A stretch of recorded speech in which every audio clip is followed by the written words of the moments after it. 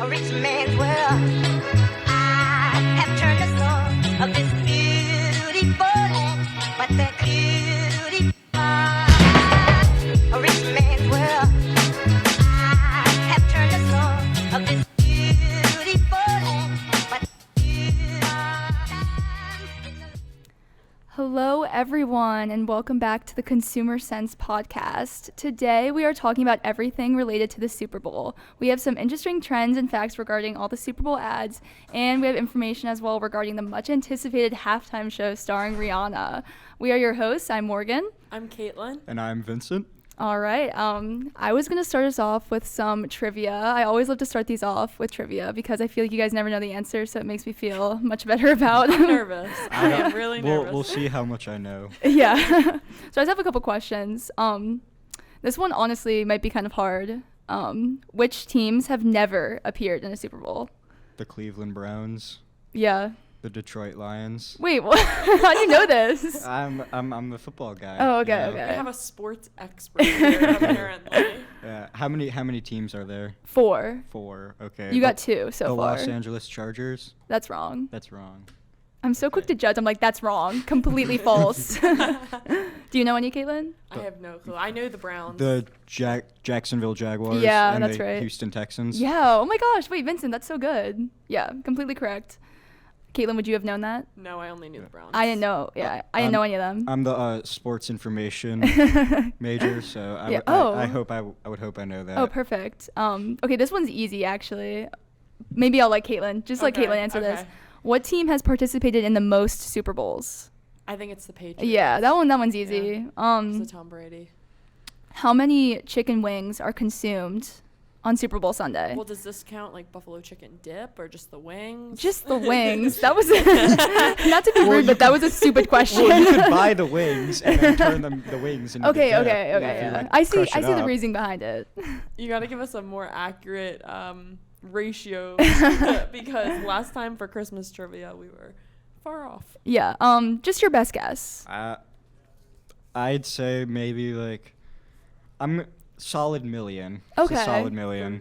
30,000. Both of you are completely wrong. It is 1.3 billion with a B. Wow. Okay. Yeah, Okay. personally, I don't like wings, I don't like so I wings was either. not in on that statistic, but... I had 3 wings. For Oh, the Super okay. Bowl Oh, last nice. night, So you contributed. That's cool. I did contribute a little bit. And last question. This could be maybe a two-parter. How much did a ticket to the very first Super Bowl cost, and when was the first Super Bowl? So a Oh, little math required I here. think I do know how much it costs for the first one Well- because I think I saw a TikTok about this. Is it $12? It was $12. And the first Super Bowl was... It was 57 years ago. I Right. know that. Quick math, anyone? 1972? No, 1967. 19 Okay. I said 57 years ago, and in Yeah. the year 2023, I said 1972. I don't know what I was thinking there. It's okay. Pretty good on the trivia this time. I'm actually shockingly impressed because I feel like usually it's not good. I think it's because of TikTok, to be honest. I'm going to quote that as my source. Okay, cool. Okay, I am really excited to talk about this halftime performance. I'm a huge Rihanna fan. I don't know about any of you. I love her music. Okay, Vincent? She's pretty solid. Oh, okay, nice. Love to hear it. Yeah, so basically, I found it shocking, jaw-dropping, that this was one of the first halftime shows that it wasn't sponsored by Pepsi. Yes.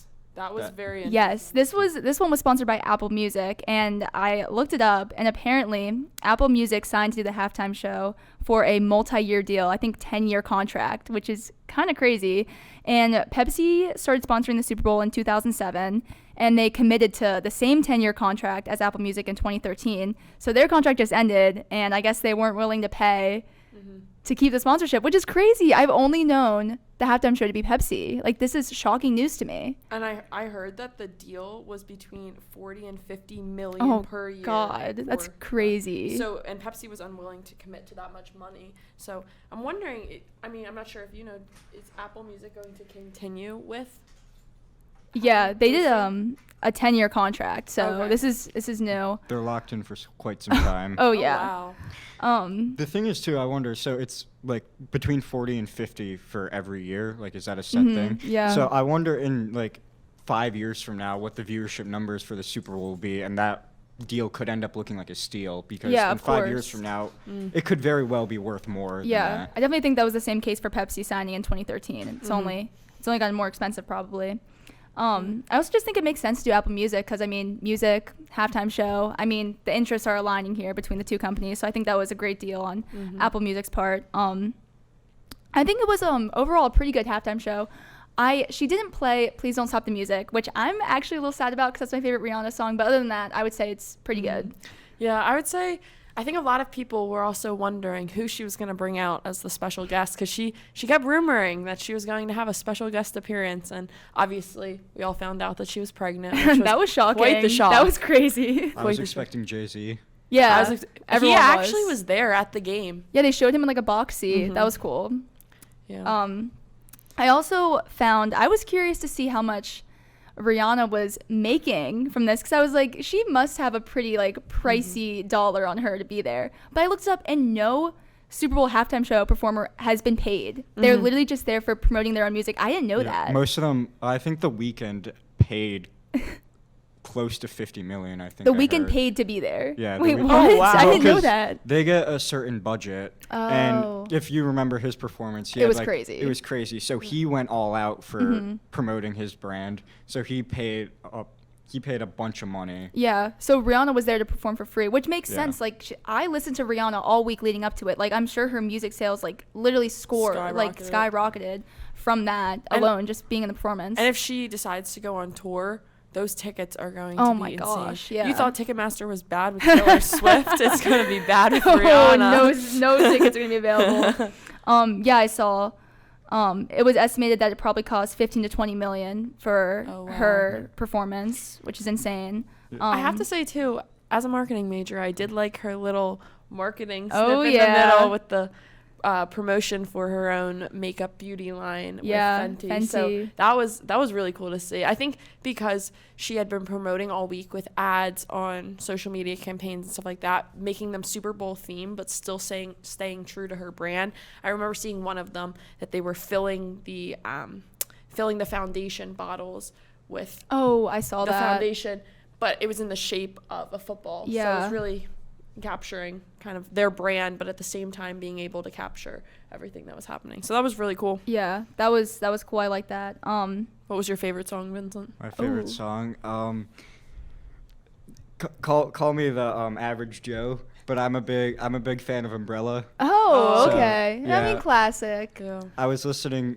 We were watching it with Josh. Shout out Josh. And when that song came on, he was like, "I hate this song. It's just so it's so overplayed." We found a Rihanna hater. I wouldn't say that about Umbrella. I feel like she has much more overplayed songs. Yeah. Like Diamonds. Like I'm sorry, but I don't really like that song. That is offensive. I actually kind of like that song.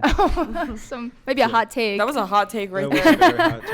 Honestly, Please don't cancel me. The one reason, there are two reasons why I thought this was a pretty good halftime show, all things considered, like compared to normal. Yeah. One thing I don't like about the halftime show is that they like bounce between songs so quickly that you can never listen to one. That's well, it's only like 12 minutes, and she has so Yeah. many hits, so it's like, what is she gonna play? That's one thing I always hate.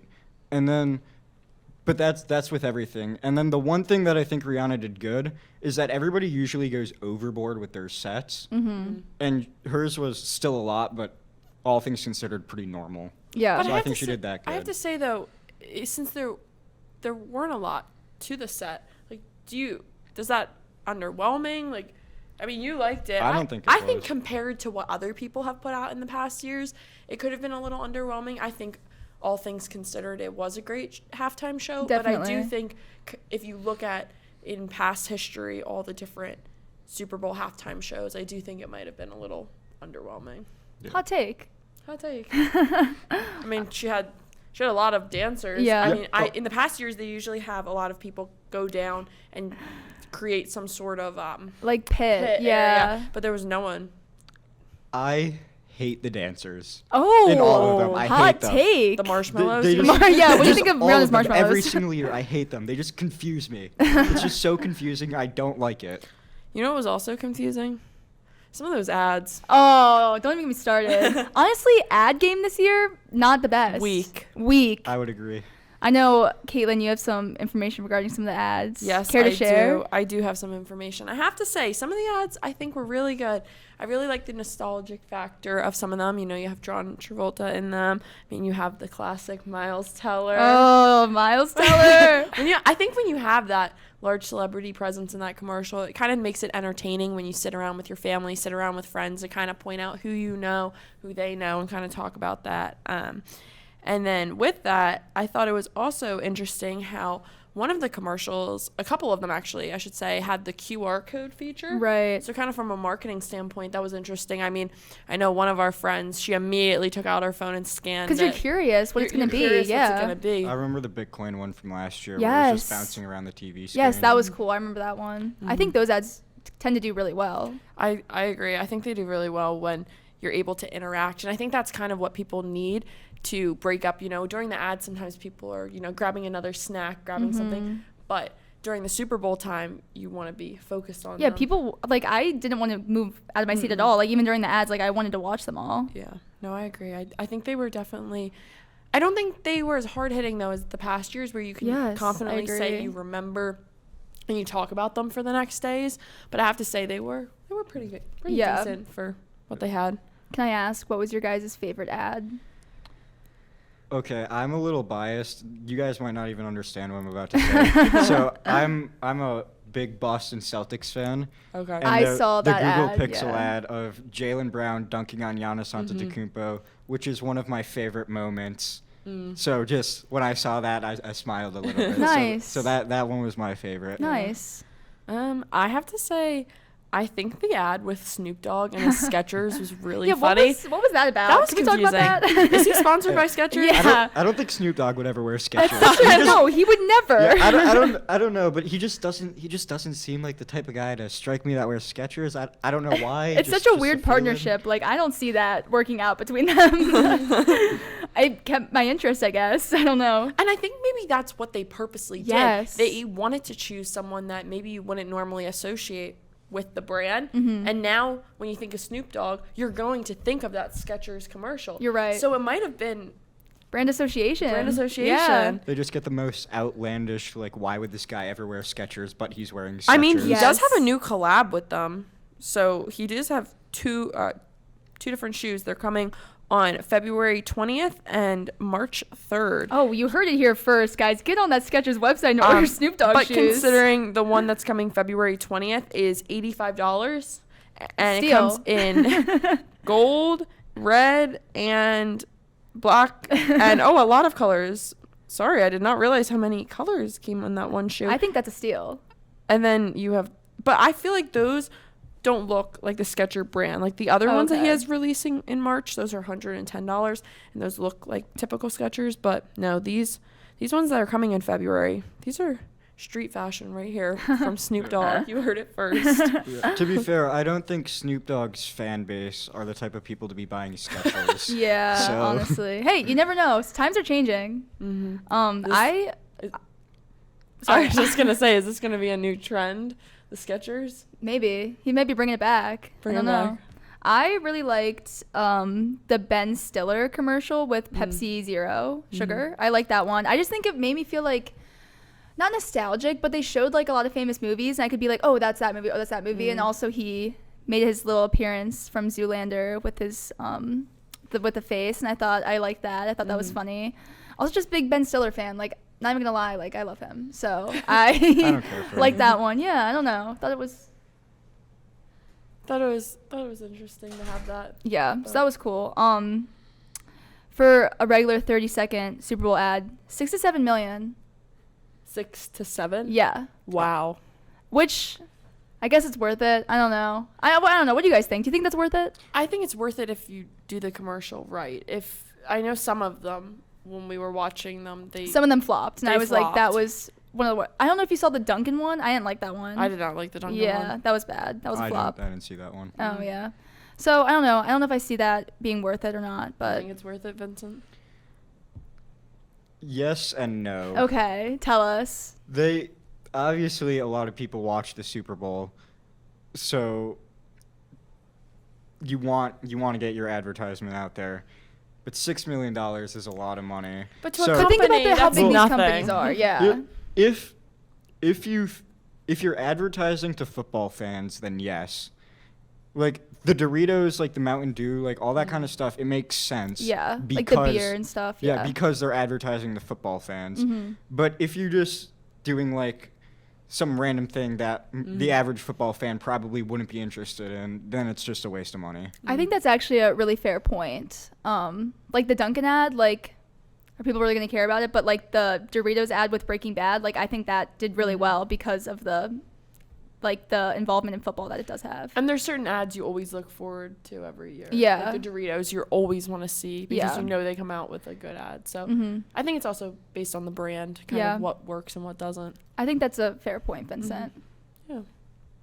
But, well, I think that's all we have to talk about today. I mean, I know we talked a lot about the ads and the halftime show. A lot of hot takes. As always.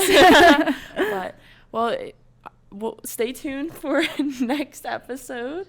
And be sure to check us out on social media at Consumer Sense. We have some good TikToks coming up in the next few weeks. Maybe some recipes, maybe some things to do if you're local to Pittsburgh. But we're signing off, and we make sense for you. For you. Peace.